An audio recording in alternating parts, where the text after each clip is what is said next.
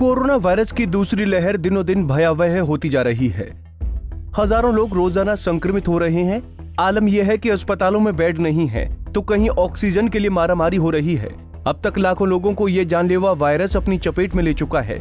शमशान घाट हर रोज लाशों से पड़ते ही जा रहे हैं।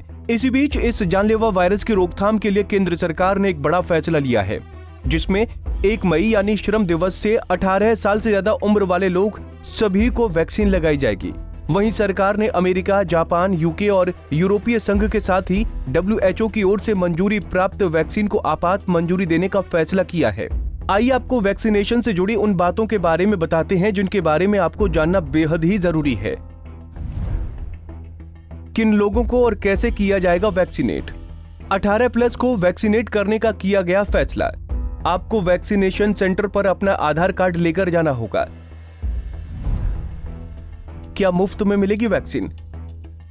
वैक्सीन मुफ्त में मिलेगी या नहीं, केंद्र सरकार ने इसे राज्य सरकारों पर छोड़ दिया है, क्योंकि इस वैक्सीन को केंद्र सरकार नहीं खरीद रही है। ऐसे में कुछ जिम्मेदारी प्राइवेट अस्पतालों को भी दी जा सकती है, जहां से आपको इसे खरीदना होगा। ये वैक्सीन कितने रुपए में आपको मिलेगी, इसका फैसला 1 मई से पहले हो जाएगा। माना जा रहा है कि वैक्सीन निर्माता को 1 मई 2021 से पहले राज्य सरकारें खुले बाजार में वैक्सीन डोज की कीमत बताने की बात भी कही गई है। वहीं जिन केंद्रों पर इस समय 45+ को वैक्सीन डोज दिए जा रहे हैं वो जारी रहेगा। सरकारी सेंटरों पर फ्री में और प्राइवेट सेंटरों पर 250 रुपए में डोज लगते रहेंगे। मौजूदा एक्टिव केसेस के आधार पर केंद्र सरकार अपने हिस्से से ही राज्यों और केंद्र शासित प्रदेशों को वैक्सीन डोज देती रहेगी। जिन हेल्थ केयर फ्रंटलाइन वर्कर्स और 45+ लोगों ने अब तक के सेटअप में वैक्सीन के पहले डोज लिए हैं, उन्हें दूसरे डोज में प्राथमिकता दी जाएगी। क्या है चुनौती? 45 साल से ज्यादा की आबादी को हर महीने वैक्सीनेट करने के लिए चाहिए 13 करोड़ डोज। जून जुलाई से 5-5 करोड़ डोज कम पड़ेंगी। नए फैसले से स्पुतनिक वी पर निर्भरता बढ़ेगी।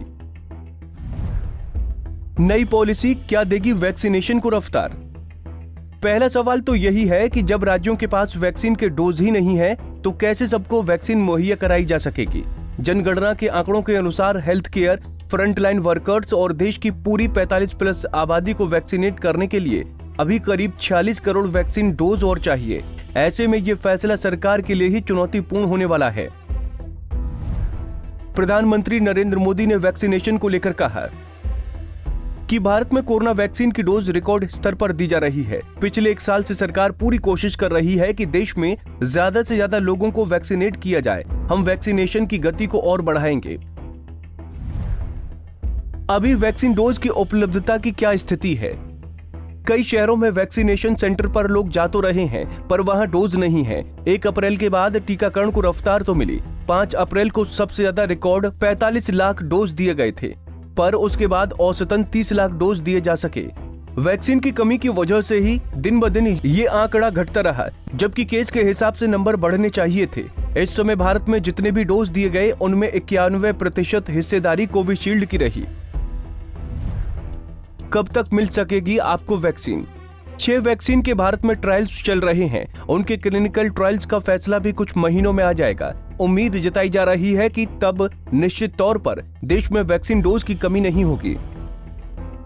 कुल मिलाकर यह कहना गलत नहीं होगा कि क्या आने वाले 6 महीनों तक कोरोना अपनी रफ्तार को थाम लेगा। शायद नहीं। ऐसे में सरकार के सामने सबसे बड़ी चुनौती ज्यादा से ज्यादा संख्या में लोगों को वैक्सीनेट करने की होगी। अब देखना यह होगा कि 1 मई से 18 साल से ज्यादा उम्र के सभी लोगों को वैक्सीनेट करने का जो फैसला सरकार ने लिया है वो कितना कारगर साबित होता है। फिलहाल जब तक जमीनी स्तर पर हालात ठीक नहीं हो जाते तब तक आप खुद अपना और अपने परिवार का ख्याल रखें और सुरक्षित रखें। Bureau desk, Punjab Kesari TV. हमसे जुड़े रहने के लिए हमारे YouTube चैनल को सब्सक्राइब करें और नई वीडियो की नोटिफिकेशन के लिए बेल आइकॉन को दबाएं। अगर आप ये वीडियो Facebook पर देख रहे हैं तो लाइक जरूर करें और ज्यादा से ज्यादा शेयर करें। धन्यवाद।